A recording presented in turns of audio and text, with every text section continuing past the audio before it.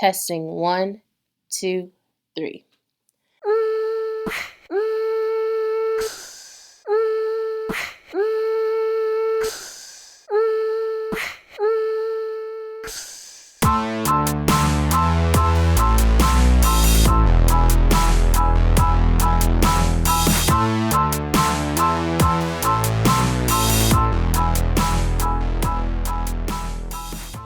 Hi everyone, and welcome to another Woke Wednesday.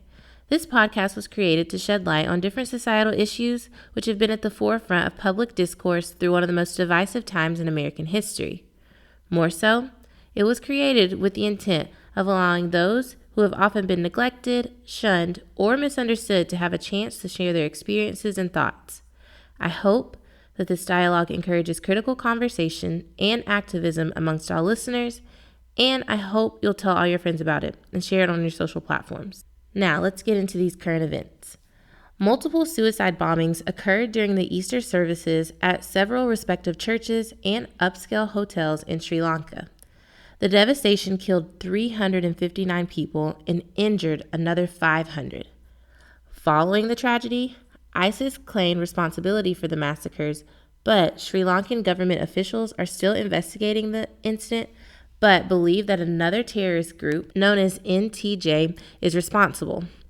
There's very little information regarding the group holistically because they are believed to be relatively new. And before the attacks, the group was only linked to vandalization incidents of Buddhist statues in Sri Lanka. Sri Lankan officials also believe that because of the massiveness of these bombings, the group had to have had outside international help in order to help carry them out. Before the attacks, there were warnings given to officials that the attacks would occur, which prompted Sri Lankan police on high alert and in fear that NTJ would bomb prominent churches in the area. While the police chief sent an intelligence alert because of the warning, the health minister claims that the prime minister and others were completely blind on the situation. Yet tensions concerning status between the prime minister and president are believed to be partly the reason that the two had communication errors concerning what was then a possibility of attack.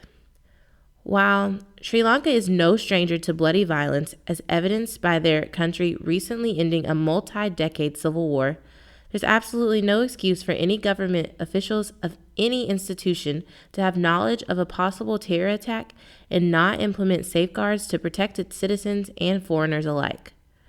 Rightfully so, citizens are enraged at the lack of precautions that weren't taken to prevent this from happening. Sri Lankan Prime Minister responded that he and other government officials hadn't been warned, and if they would have been, there definitely would have been safety measures put in place. While there are assailants in custody, the investigation is still underway to bring all appropriate people to be held accountable for this tragedy. Globally, there's so much happening that often gets overlooked for varying reasons. This, along with other experiences and occurrences, deserve the fullest attention, no matter the status that country or state has. It's also important to note that intelligence flaws happen in countries all over the world, especially in the U.S., where intelligence communities are not particularly well integrated and crucial information seeps through the cracks. This is what happened when red flags were misplaced or ignored by key officials leading up to the 9/11 attacks, the worst to ever occur on American soil. This is why executives must trust and fully understand their respective intelligence communities in order to ensure that all briefings are fully read and given adequate support instead of denying their legitimacy, i.e., Donald Trump. Another current event I want to highlight is a few days ago, Houston, Texas hosted the first ever presidential forum solely focused on women of color and issues important to them. She the People is a national network that connects women of color to transform our democracy by elevating the political power and voices of women of color. Started by Amy Allison, a Stanford grad and one of the first women of color to be honorably discharged from the U.S. Army, Allison hopes to propel the often forgotten voices of women of color into the political spectrum. She also founded and is president of Democracy in Color, dedicated to empowering the multiracial progressive electorate through media, public conversations, research, and analysts. When I talk with women of color in my own life, they'll say, wow, that Elizabeth Warren has great plans. She's got specific plans. She's got great ideas. But there's a fear in a lot of people of color and a lot of women of color that say, after the experience of 2016, they don't have the confidence in the electorate of this country to elect a woman president. They want to vote one way, but their fear says that they may need to flee to the safety of a white male candidate. How do you address? I think that's called side-eye. I'm just telling you. Side-eye. How do you address people who are not confident?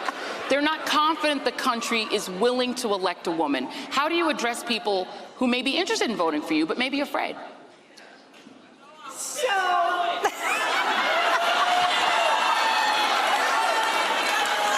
let me just say this about confidence. You bet. Look, this is the heart of it. It's how are we going to fight? Not just individually, but how are we going to fight together? Are we going to fight because we're afraid? Are we going to show up for people that we didn't actually believe in, but because we were too afraid to do anything else? That's not who we are. That's not how we're going to do this. Here's how I see this. I'll tell you how I see it.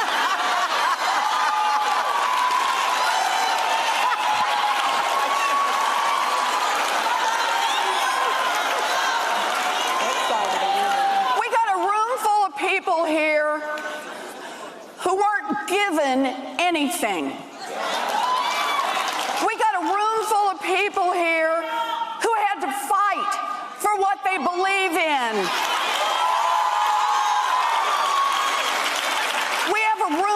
People here who had to reach down deep, and no matter how hard it was, no matter how scary it looked, they found what they needed to find, and they brought it up, and they took care of the people they loved. They fought the fights they believe in. That's how they got into these seats today.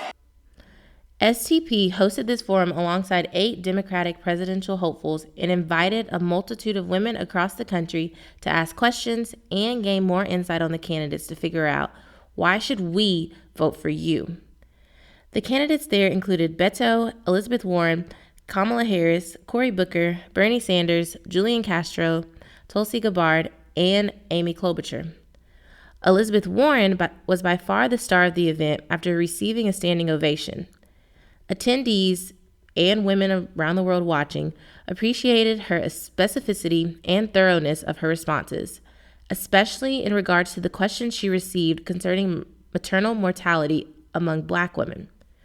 Warren detailed her plan to combat the increasing maternal mortality rate in the U.S., along with her plans to eliminate student debt. Castro received a warm reception as well for the same reasons as Warren, and for his detailed plan to protect people of color from the increasing epidemic of gentrification and for property tax relief. Candidates who received a mixed reception from audience members were Sanders and Gabbard, being that Sanders didn't talk much of his policy plans or wouldn't specifically reference the issues women of color face, and instead lumped marginalized groups together when speaking on issues. Gabbard, who has faced a lot of deserved criticism because of her past views on the LGBTQ community, did say that she wanted to repeal Trump's transgender military ban, but holistically, the audience wasn't buying into it. Meetings like this are few and far between for women of color to be present at and given the opportunity to vocalize their concerns and opinions regarding policy and issues that are important to our respective communities. Obviously, we have to start somewhere. But it's so often that women of color are pushed to the side in the political, cultural, and social sphere of our society. And that just has to change because we aren't going anywhere. Our issues aren't going anywhere. We have consistently been at the forefront of catalyzing concrete change in history and in modern times. These candidates, alongside others, are very in tune with that as well, which is why the question, why should women of color vote for you, should warrant a damn good and authentic response from those running for these positions, because our votes do matter. Now, let's get into this week's episode. Our country has had a long history of domination by for-profit corporations with a self-interested view dating back to over 150 years to the Industrial Revolution. Initially, this was seen in banks and railroads, but today, it's the large tech corporations of Silicon Valley that we interact with every day, such as Facebook, Apple, and Amazon. We'll begin with the largest, Amazon.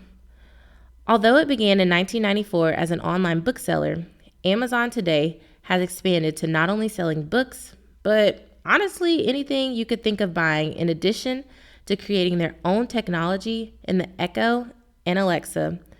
Amazon Web Services, which is one of the largest cloud computing platforms on the market and makes a huge chunk of their coins, and even acquiring Whole Foods. Due to this large and expansive grasp on the consumer marketplace, it's unsurprising that in 2018, Amazon became only the second corporation to break $1 trillion valuation, and Amazon's founder, Jeff Bezos, is the richest man in the world with a net worth of around $160 billion. Although he's about to lose some of these coins because his wife is set to receive half of his net worth once their divorce is finalized. Maybe he should have gotten that prenup, or maybe he shouldn't have cheated on her. But anyways, and he has his own private rocket company on the side. Despite all of this, Amazon paid $0 in federal income tax in 2018. Yep, you heard me, zero. 0 coins were given in federal income taxes. How did this happen? Y'all's President Trump. In the Tax Cuts and Jobs Act of 2017, the Trump administration lowered the corporate tax rate from 35% to 21%. In addition to this, Amazon was able to use certain loopholes, which will be explained in this audio clip. The Tax Cuts and Jobs Act is passed. First, there's the tax bill. President Trump's signature tax legislation lowered the corporate tax rate from 35% to 21%. Corporations are literally going wild over this. That immediately slashed Amazon's potential tax burden. Then there's Amazon's savvy use of revenue. Amazon plows large portions of revenue back into itself to cultivate long-term growth. Amazon has actually been self-funding for several years now. The company generates significant free cash flow. You know, one of the things I like about Amazon is this is a company that doesn't really kind of rest on their laurels and is constantly trying to innovate, is constantly trying to meet the needs of the customer. This started early on, with Bezos using the strategy to get big fast, helping Amazon eclipse its once arch-rival, Barnes & Noble. Since then, it's helped Amazon gobble up countless other retail markets as well, embark on lucrative ventures like Amazon Web Services, and even become a Hollywood studio, with shows like The Marvelous Mrs. Maisel and Jack Ryan. Amazon has invested so much revenue in itself over the years that sometimes it didn't even make a profit, and when that happened, it could carry forward losses to write off on future tax bills. In 2018, those carry-forward losses eligible for federal write-off amounted to $627 million. Then there's massive federal tax credits, which the company reports are primarily related to research and development. From its AI-assisted logistics network to its suite of consumer electronics products, Amazon has poured tens of billions of dollars into research and development over the years. But that's not the only tax credit Amazon qualifies for. The big one last year was the expensing that is allowed for investments in plants and equipment and buildings and things of that sort. Trump's Tax Cuts and Jobs Act supercharged this credit, a perk that Amazon has cashed in on. The idea behind the expanded credit? The big problem with the U.S. economy is that it has not been as productive recently as in the past. And so one solution, which would help sort of companies everywhere, is if they invested more in machinery and training to make their workers more productive. But not everybody buys into this reasoning. The tax breaks Amazon is getting, they're being rewarded for what they were going to do anyway. Because when you're a company as successful, as profitable, as cash rich as Amazon is, you make investments when you have the money to do them and when you see the need for those investments. In 2018, Amazon had about $1.4 billion in total available tax credits. Finally, there's the company's use of stock-based employee compensation. Basically, this allows Amazon to pay employees using stock and then take the value of that stock off their tax bill. Amazon rewards its employees, especially its executives, with stock-based compensation. And Amazon's stock has been rising fairly substantially for many years. And so the size of that stock-based compensation is now very large and affords Amazon a large write-off. Some say the federal government ends up making just as much in the long run from stock-based compensation because the stock is taxed when it's sold. But others have concerns because of the major difference between the value of the stock when it's offered to employees versus the value when it's written off.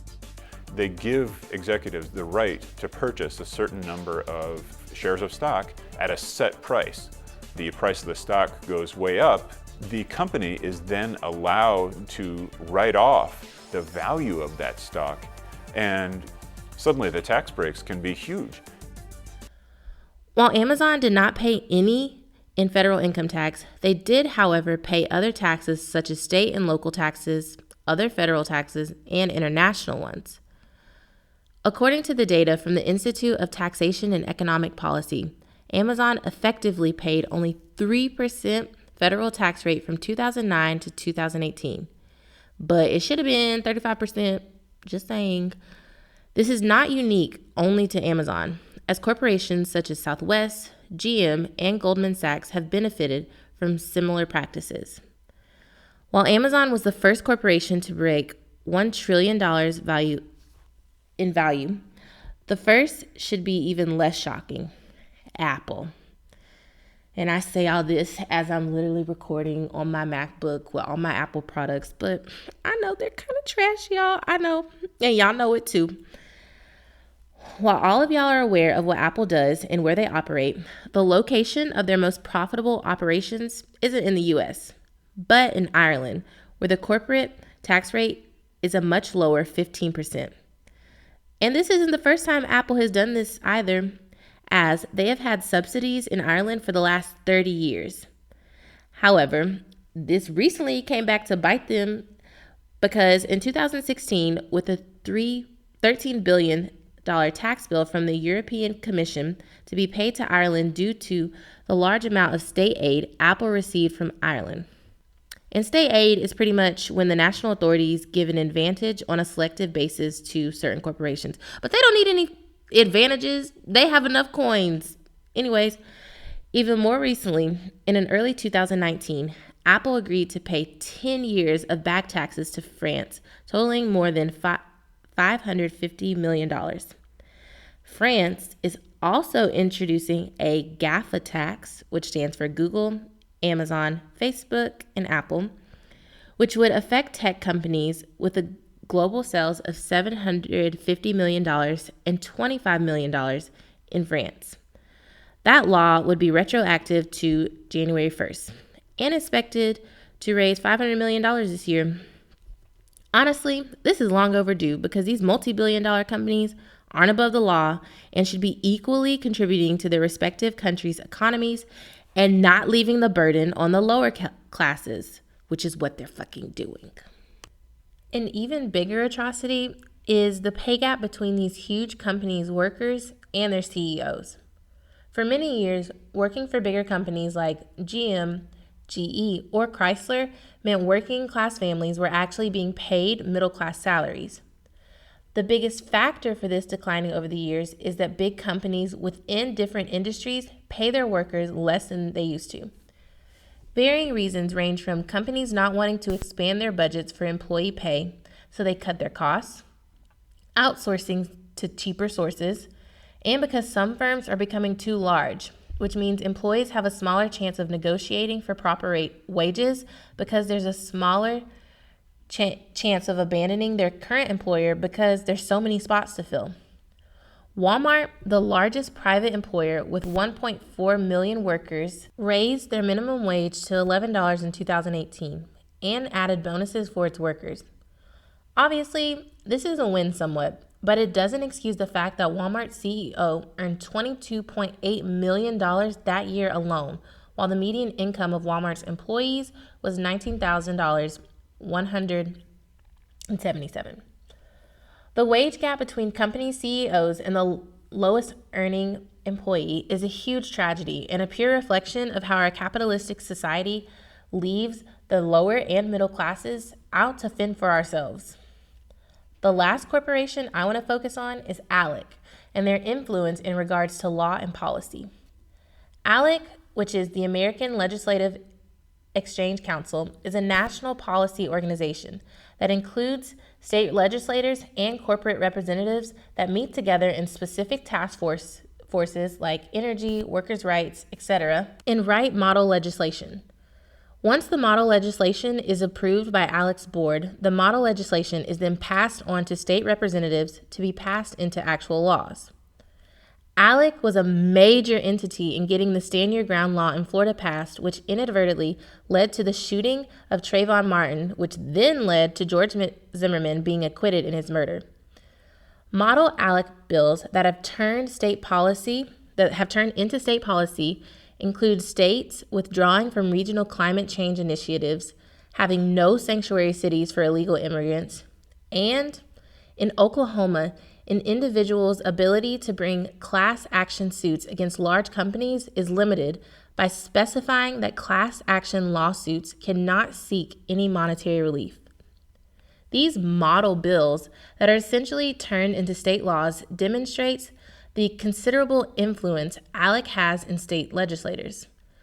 While some of ALEC's corporate partners like McDonald's, Walmart, and GE all withdrew their support following the criticism they received once the news broke that ALEC basically wrote Stand Your Ground, it's honestly disheartening that such a tragedy like Trayvon Martin's death was used to propel them to withdraw. They shouldn't have been supporters of this organization to begin with. While these companies have continued to influence our economies, policies, and other resources, a plan that Elizabeth Warren, Democratic presidential hopeful, hopes to change this. She wants to impose new rules on certain kinds of tech companies with $25 billion or more in annual revenue, which would force Amazon and Google to spin off parts of their companies and relinquish their overwhelming control over online commerce. The plan also aims to unwind some of the highest profile mergers in the industry, like the combinations of Amazon and Whole Foods, Google and DoubleClick, as well as Amazon's acquisition of Instagram and WhatsApp. One of the most impactful things I believe she wants to do in regards to breaking up these big tech corporations is by requiring that 40% of these big companies' corporate boards are composed of companies' workers. By doing this, big shot CEOs and their partners won't be the only ones calling the shots in regards to wages, benefits, day-to-day employee life, and the overall labor load on these employees. Ultimately, what we have to do is continuously push back on these big name companies and their very apparent influence they have in Washington and across state lines. In no way should these few people have such powerful impact on how day-to-day policies are written that would positively impact them and negatively impact the rest of us. Our country has long prided itself on being a country of equal opportunity and liberty for all. But for years and years, that opportunity and liberty has been narrowly limited to the few elite. And you didn't disappoint, I will tell you, at least from my perspective, in terms of inundating us with content and then giving a lot of the specifics the investment community has been clamoring for. But let me just start with the big picture, if I can, Bob, which is you clearly are pointing in a different direction for this company in terms of the way it goes about distributing the amazing content that you create here at Disney. Why is that something that you feel is necessary to do, and necessary to do in such a significant way as you detailed today?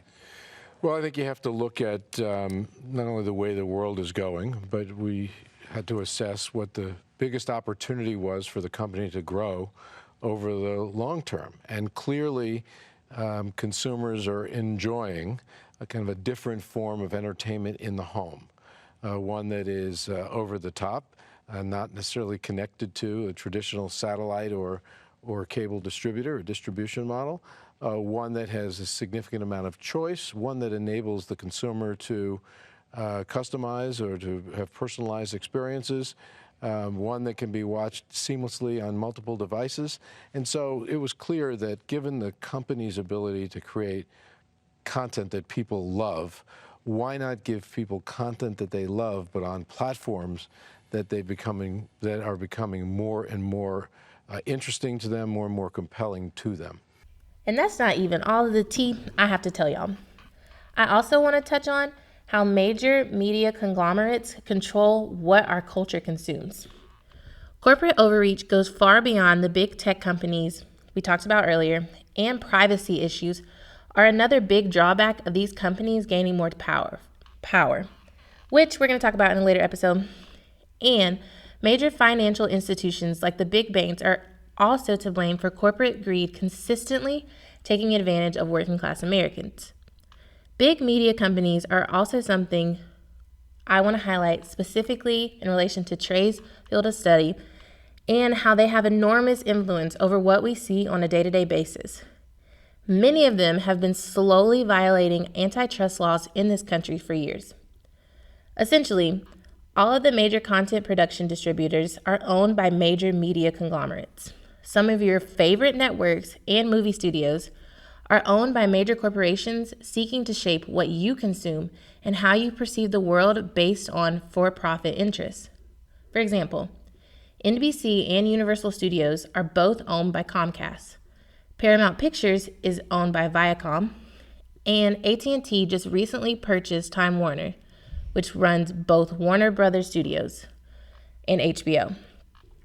This is particularly concerning because being a big tech company itself, AT&T will soon have access to key platforms with which to promote their products and tap into bigger viewer data, which encroaches upon our individual privacy rights. Other big tech companies are now also breaking into content distribution in order to profit off of our consistent need to watch. Apple unveiled its first streaming service, as well as its own form of banking.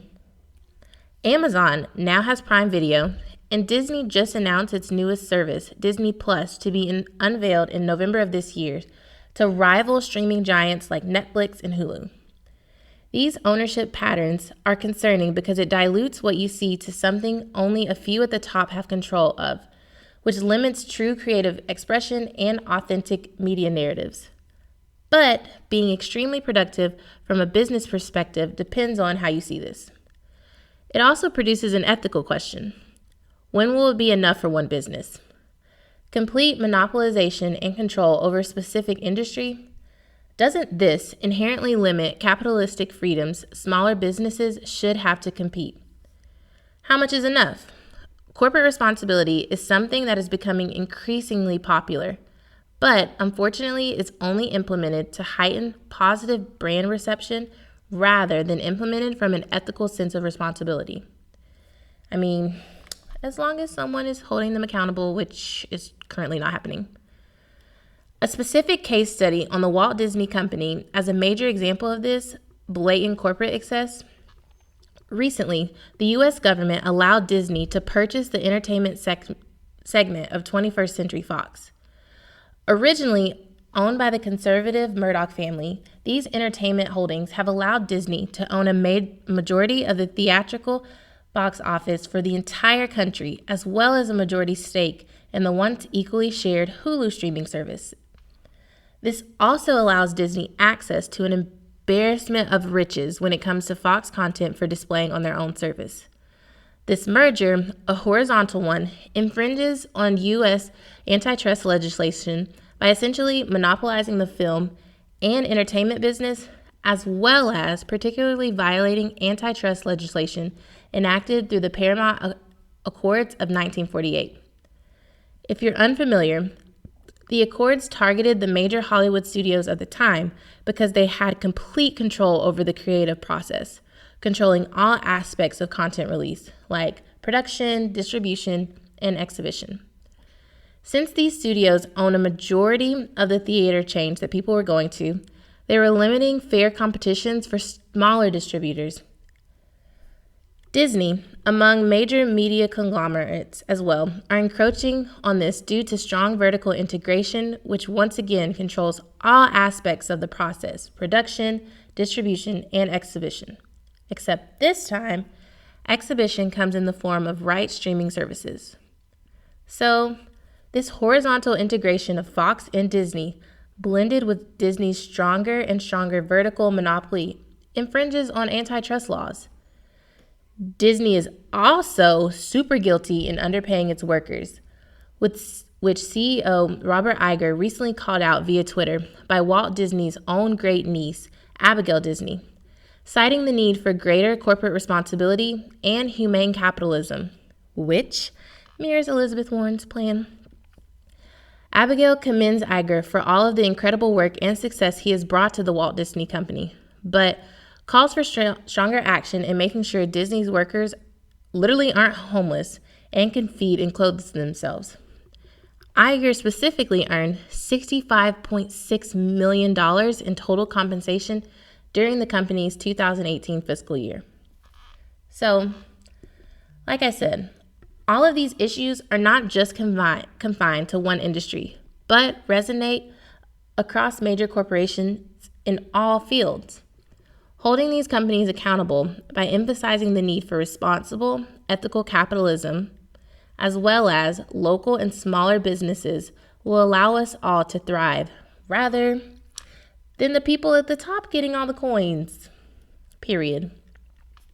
I hope that this episode was informative and thought-provoking for all that listened and for those that will listen in the future.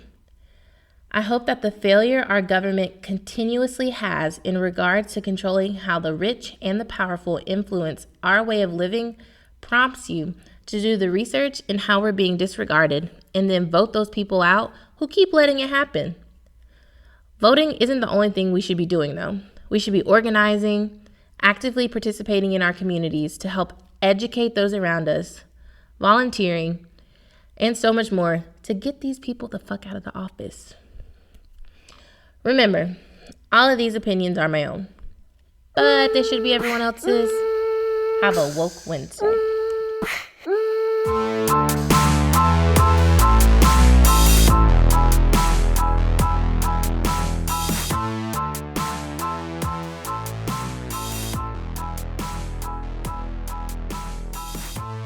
Thank you for another Woke Wednesday.